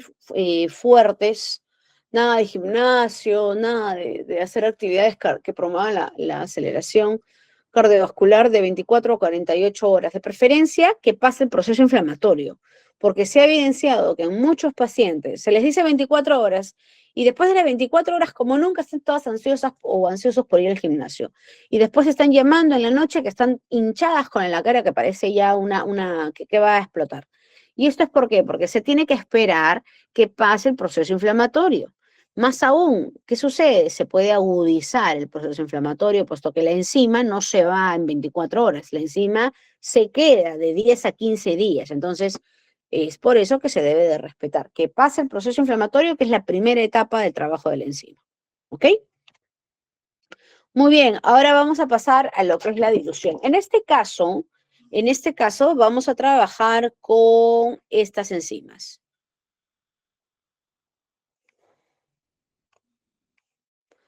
Vamos a encontrar, bueno, hay diversos tipos de enzimas, marcas terminales, como las que vemos aquí, como las enzimas magistrales. Ninguna de ellas está mal, todas tienen su trabajo, tienen una función, ¿sí? Pero en el caso de las recomendaciones, el día de hoy con la que vamos a trabajar es con estas, que son las PB Serum, enzimas biológicas, y estas que están acá son las MSCM, son de grado médico. Bueno, ambas son de grado médico igual. Estas vienen líquidas, como ven aquí, está ahí líquido, y acá vienen en polvo, ¿no? Liofilizadas y líquidas. Estas vienen en polvo, todas son liofilizadas. Ahora, las enzimas vienen por unidades internacionales, tienen una cantidad de concentración. Sucede que estas tienen diferentes volúmenes. Por ejemplo, aquí la lipasa viene 500 unidades, aquí la colagenasa tiene 300 unidades y aquí la hialuronidasa tiene 3000 unidades, ¿correcto? Cada una viene con una concentración. En cambio, aquí tenemos, perdón, y en las PB Serum todas vienen en un frasco, así, cada una viene en un frasquito. En la línea MSCM tienes un frasco donde están todas las 3 enzimas juntas, que son enzimas recombinantes. Eso es lo bueno, ¿eh? Por ejemplo, acá en las PB Serum puedes tener hialuronidasa, colagenasa y lipasa. ¿Las 3 se pueden combinar en una jeringa? Por supuesto que sí. Puedo jalar 1 ml, 1 ml, 1 ml y tengo ya recombinantes. Eso es lo fabuloso. Aquí, por ejemplo, ya tengo las 3 en un solo frasco. Aquí tengo las 3 en un solo frasco. Y todas las que son en polvo, como estas de acá o como esta de acá, hay que restituirlas. Y eso se hace con suero fisiológico al 9%, ¿correcto? Ahora, aquí en esta línea, cuando son recombinantes, es decir, cuando vienen las 3 juntas, cada una es de 1500 unidades. Quiere decir que este frasco tiene 4500 unidades, solamente este frasco, ¿sí? Esas son las diferencias entre estos dos tipos de enzimas. Muy bien. Miren acá, vamos a hacer la reconversión o la restitución de la enzima. Ay, perdón.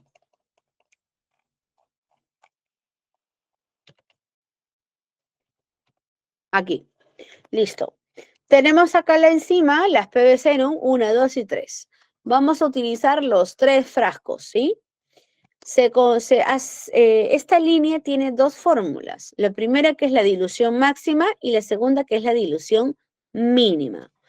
Lo primero, su primer diluyente es el suero fisiológico. Recuerda que estas vienen en polvo, son liofilizadas. Necesitan de un diluyente. En este caso es la solución salina o suero fisiológico al 9%. ¿Sí? Más un anestésico, porque se puede trabajar sin anestesia, sí, pero en algunos pacientes pues les arde un poco más, ¿no? Entonces se le coloca lidocaína al 2% sin epinefrina. Si hago una dilución máxima, ¿correcto? Máxima. Voy a colocar, dilución máxima quiere decir que el cóctel, porque al fin y al cabo acá tengo 3 tipos de enzimas, estos en conjunto van a formar un cóctel. Si trabajo en la dilución máxima, quiere decir que tengo un cóctel más diluido. Y si trabajo la dilución mínima, quiere decir que tengo un cóctel más concentrado. Es decir, estas enzimas no se diluyen tanto, están más concentradas. Pero, obviamente, los volúmenes como resultado van a diferenciarse, ¿no? Va a haber una mayor cantidad y menor cantidad. Dilución máxima, un cóctel diluido, solución salina sería 4 ml por frasco, ojo, por frasco, más 1 ml de lidocaína. ¿Esto me va a dar cuánto? 5 ml. Si son 3 frascos, en total voy a tener 15 ml. Y aquí en la dilución mínima por frasco tendríamos que aplicar 2 ml de suero fisiológico por cada uno, más 0,5 de lidocaína por cada uno. Dándome un total de 2,5 ml por frasco. Si tengo los 3 frascos, que voy a hacer una técnica recombinante, me va a dar un total de 7,5 ml. Evidentemente es el doble, ¿no? Es el doble. Entonces, si tengo que trabajar en un paciente donde el trabajo es amplio, pero no es tanto, trabajo en una dilución máxima. Pero si tengo un paciente donde el área, así sea extensa o corta, pero es regular, es bastante, hay un grado mayor de flacidez o hay mucha adiposidad o mucha retención predominante, pues trabajo en una dilución mínima porque necesito el producto más concentrado. ¿Con qué dispositivos se pueden trabajar? Se puede trabajar con aguja de 30G por 25 o también se puede trabajar con cánula. Esto va a depender de la técnica a utilizar. En el caso de hoy vamos a ver con protocolo con agujas, ¿no? El objetivo, por ejemplo, lo que queremos hacer es una retracción, ¿no? Y un efecto reafirmante. Vamos a trabajar, podemos trabajar 1-1-1. ¿Qué quiere decir? Lipasa, colagenasa y hialuronidasa. Esa es una técnica recombinante porque tengo las 3 enzimas juntas. ¿Cuál sería la técnica de aplicación? Una inyección superficial para eliminar las fibras del colágeno laxas y las que son superficiales, ¿no?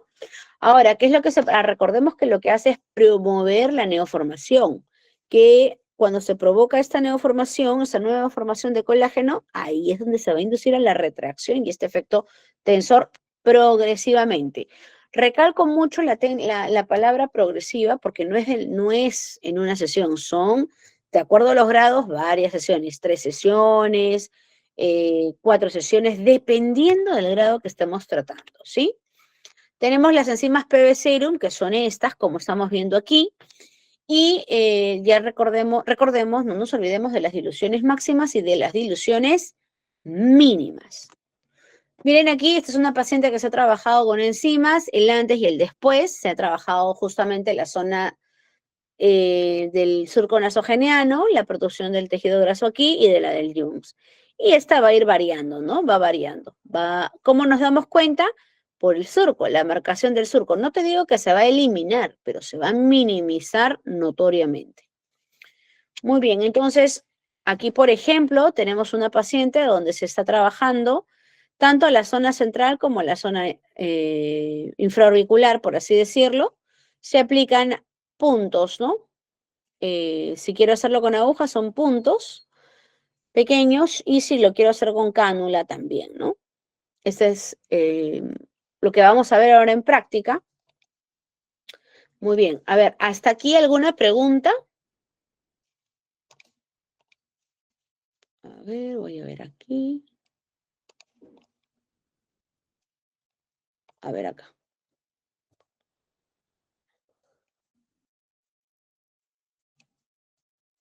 Ok. A ver, si se han puesto toxina botulínica, igual esperamos 15 días para poner enzimas. Recuerda que la toxina botulínica va a tener un tiempo, ¿no? Un tiempo de acción. Y este tiempo de acción es pasado después de la aplicación, bueno, dependiendo de la toxina, eh, a nivel estético, pues se trabaja la toxina tipo A, ¿no? Pero hay toxinas tipo A que tienen un efecto desde las primeras 4 horas hasta los 3 primeros días. Y pasado esto, hay que darle un espacio de 20 días, es decir, desde el primer día de aplicación hasta el día número 20, tiene una evolución, hay una actividad de la toxina como tal. Pasado este tiempo, recién podríamos trabajar las enzimas, siempre y cuando sea el caso. Ahora, de igual manera, si el paciente se coloca enzimas y quiere colocarse toxina, bueno, las enzimas de por sí tienen un tiempo de 10 a 15 días. Lo aconsejable es que pase el proceso inflamatorio de la enzima, ¿correcto? Aquí la enzima no migra, la enzima se queda donde tú la coloques. En cambio, la toxina sí puede migrar. El orden sería primero la enzima y luego la toxina, ¿correcto? Pero si fuese al revés, hay que darle su tiempo de actividad a la toxina botulínica. Muy bien, entonces voy a pasar, de nada, Catalina, voy a pasar a la presentación. Listo, a ver aquí. Voy a dejar de presentar. A ver acá.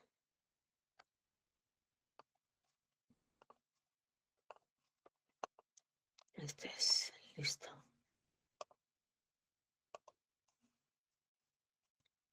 A ver acá.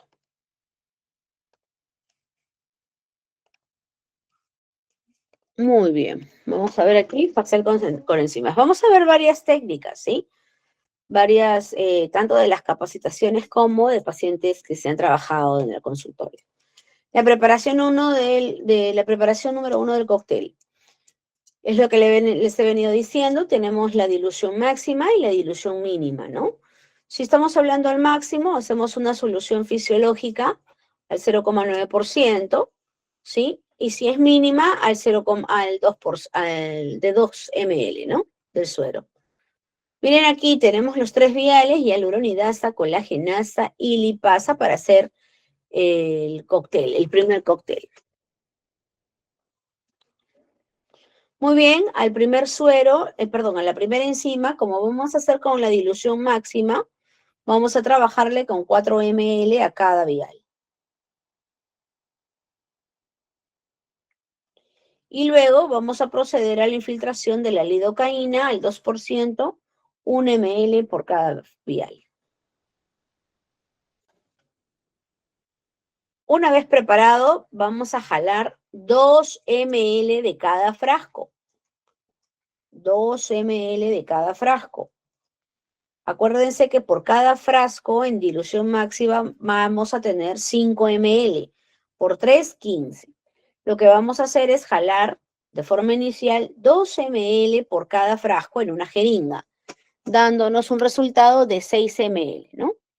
Es decir, 2 de lipasa, 2 de colagenasa y 2 de hialuronidasa.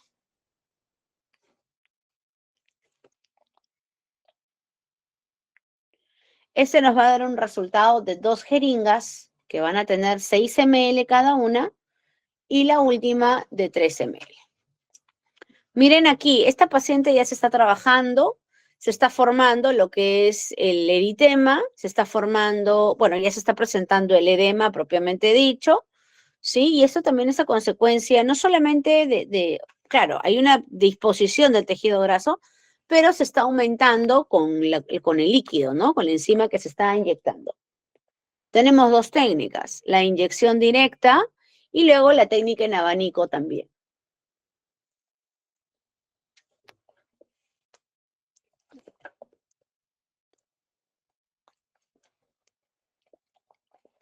Aquí, por ejemplo, tenemos otra paciente Lo que vamos a hacer, si queremos hacer la marcación en el rostro, marcamos desde la zona del trago. La zona del trago es justamente al inicio del conducto auditivo, ¿sí? Esta protuberancia cartilaginosa, eso se llama trago. Muy bien, iniciamos desde la línea del trago hacia la comisura labial. Marcamos una línea para delimitar es la zona inferior. Luego vamos a marcar 1 centímetro entre... Aquí la técnica es dividir, más que nada. Recordemos que en la altura del contorno mandibular existe, ¿no? Lo que es la marginal de la mandibular, es una rama de la arteria, entonces hay que respetarla. Entonces se marca una línea y luego 1 centímetro arriba, 1 centímetro abajo, respetando más que nada no inyectarla, ¿no? Lo ideal es realizar, después de una vez marcada la primera línea del trago a la comisura, lo ideal es hacer marcaciones de 1 centímetro. Eso se llama patrón. Hay que hacer una malla, un patrón de aplicación de 1 centímetro por 1 centímetro.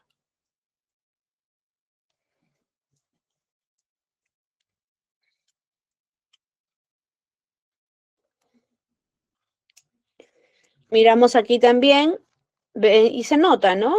Lo bueno es que la disposición del tejido graso siempre se va a notar.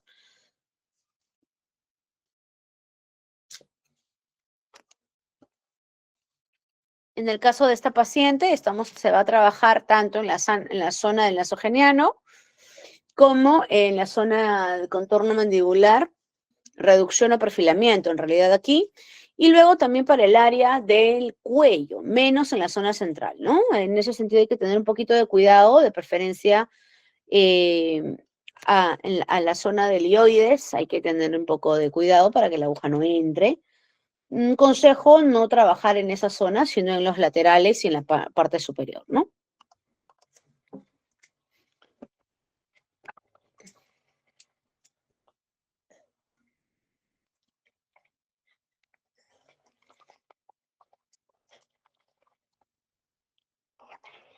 Muy bien, lo que vamos a hacer aquí es trabajar en 3 niveles.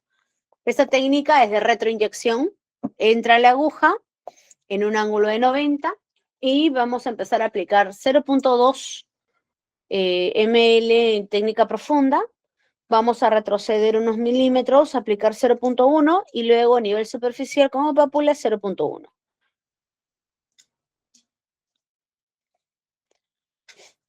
Como ven aquí, en la parte media hay que tener un poquito de cuidado, ¿no? Acá no se trabaja, trabajamos en los laterales.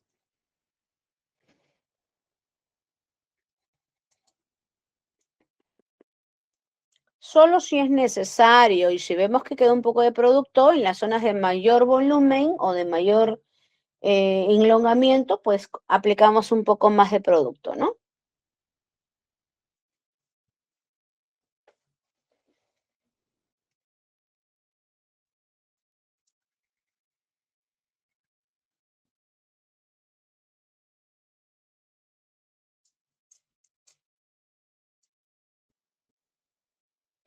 Aquí, por ejemplo, ya tenemos a nuestra paciente.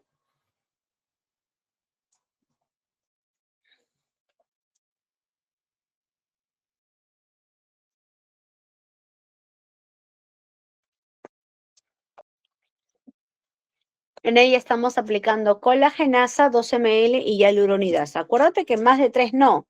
Aquí ya tenemos colagenasa y hialuronidasa. Más de 3 elementos no. Aquí estamos tranquilas, 2, es decir, tenemos el doble de la hialuronidasa, ¿no? Vamos a entender que tenemos 2 colagenasas y una hialuronidasa teniendo 3 elementos. Vamos a ir aplicando 0.1 por punto, también lo podemos hacer así, de forma puntual.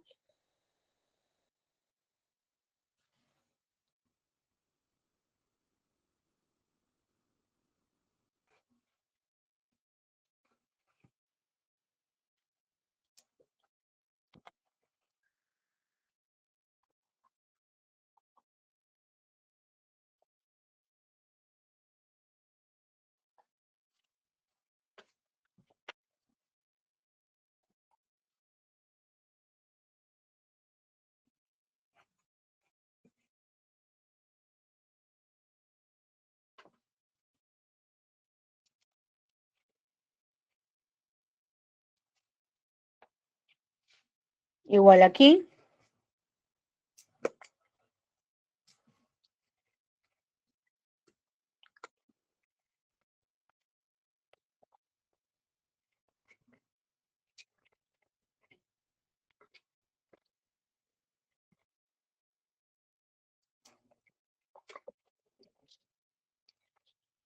Vamos aplicando.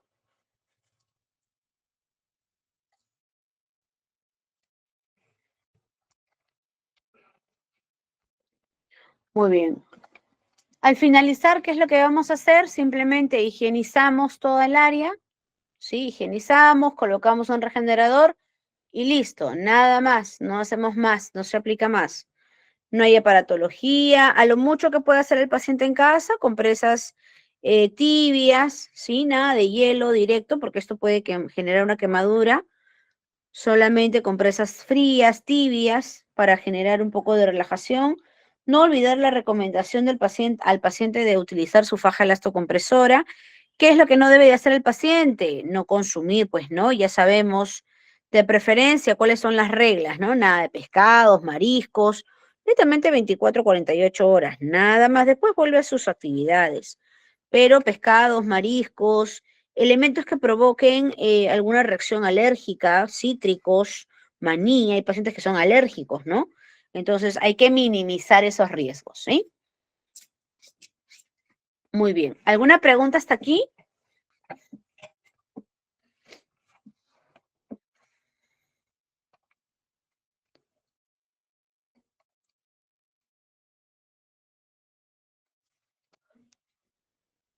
Mm, A ver. No, no, no, Elizabeth. La aparatología sí lo puedes usar. Yo ya les acabo de decir hace un rato que la aparatología se puede usar antes. Si voy a hacer una técnica de lifting, por ejemplo, pues tranquilamente podríamos haber utilizado una radiofrecuencia, ¿sí? Por ejemplo, ¿no? Una radiofrecuencia en toda la zona del óvalo facial, en el área del cuello, ¿correcto? Para generar pues esta inducción al nuevo colágeno. Pero recuerda que la radiofrecuencia se va a demorar cerca de 20, 21 días a la inducción a la nueva formación, ¿no? A esta estimulación fibroblástica, porque eso es lo que hace la radiofrecuencia. En cambio, la enzima vendría después. La enzima va a transformar ese colágeno existente, ¿no? Lo va a retransformar. Entonces serían dos trabajos que se van a dar soporte de forma simultánea. Pero si trabajas la aparatología, la radiofrecuencia, después de la enzima, ahí es donde está la contraindicación porque puedes desestabilizar a la enzima. Recuerda de que estas son termoestables, entonces es importante que cuidemos ese aspecto, ¿sí? Las aparatologías de preferencia van antes, no después. Así es, Elizabeth. Antes sí, después no.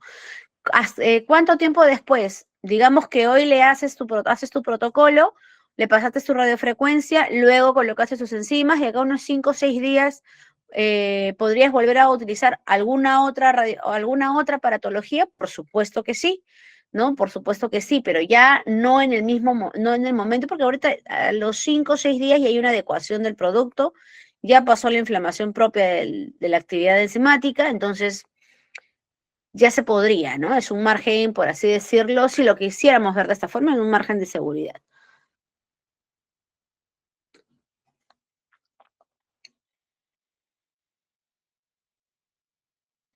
Muy bien.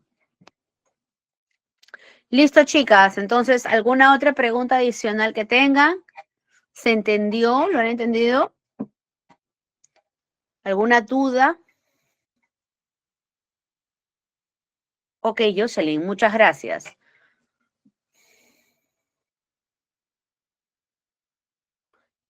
A ver aquí. Ok, y los cócteles liofilizados, los que vienen en polvo, justamente esa es la fórmula. Si yo tengo un cóctel liofilizado, tengo dos alternativas. Estamos hablando de la marca PB Serum. PB Serum me indica que para trabajar con las enzimas liofilizadas que están en polvo, debo de restituirlas. Y se restituyen con suero fisiológico como les he mostrado, ¿no? En la plantilla. Se restituye. Y tengo dos alternativas, la dilución máxima y la dilución mínima. Si hago una dilución máxima, debo de trabajar con 4 ml de suero fisiológico más 1 ml de lidocaína. Ahí tengo una dilución máxima por frasco, por encima. Pero si quiero hacer una dilución mínima, mayor concentración, pero mínimo, tiene que ser 2 ml de suero fisiológico más 0,5 de lidocaína sin epinefrina. ¿Ok? Muy bien.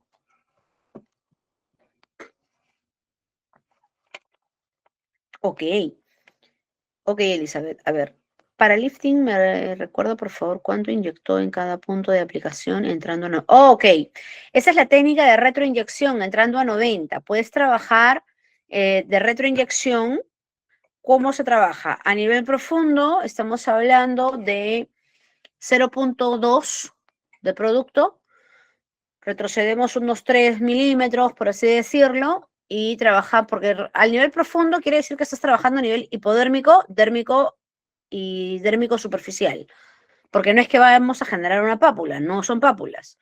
Trabajamos a nivel hipodérmico 0,2, a nivel dermis profunda 0,1 y a nivel dermis superficial 0,1. Es decir, por cada punto deberíamos estar aplicando 0,4. Ahora, eso lo vamos a trabajar en pacientes que tengan bastante, ¿no? De preferencia donde se toque y es grueso el tejido ahí, ¿no? Es gordito. Ok, Catalina. Muy bien, chicas. Entonces, si no hay más preguntas, un gusto haber estado con ustedes. No se olviden, los días martes son talleres faciales y los días jueves técnicas corporales. Fuera de esto, también hay clases presenciales que se llevan a cabo los días viernes, domingos, si no me equivoco. Esto lo pueden consultar directamente con las asesoras que están justamente conectadas ahorita. Así que cualquier duda o consulta respecto a las enzimas, dónde comprarlas, cómo conseguirlas, cuánto cuestan, también con las asesoras. ¿Ya, chicas?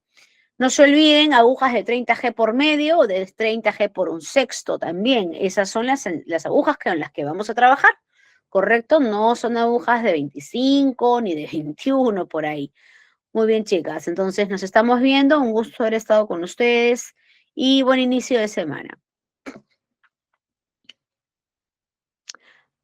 A ver, técnica de retroinyecciones con jeringa de 3 ml. Puedes trabajarlo con 3 ml, puedes trabajarlo con una tuberculina. Esto va a depender, hablo de la jeringa, es decir, la capacidad de almacenamiento del producto, no de la aguja. Ojo, no de la aguja. La aguja es 30G por un medio o 30G por un sexto, pero la jeringa es lo que va a tener la capacidad del volumen, ¿no? Así es. Puedes trabajarlo con una de 3, puedes trabajarlo con una de tuberculina. Si, por ejemplo, se te hace un tanto dificultoso poder dosificar 0,20 con una jeringa de 0,3, tranquilamente lo puedes hacer con una tuberculina, ¿no? Hasta que más o menos vayas teniendo la orientación o la idea de cuánto es 0,20, ¿ya? En ese sentido, no hay problema. De preferencia, ok, así es. De preferencia, yo les aconsejaría, si no hay mucha práctica, hazlo con tuberculina para que seas mucho más exacta a la hora de dosificar el producto y así no te quede ni te falte, ¿sí? Quiere decir que tu distribución sea mucho más prolija, más pareja.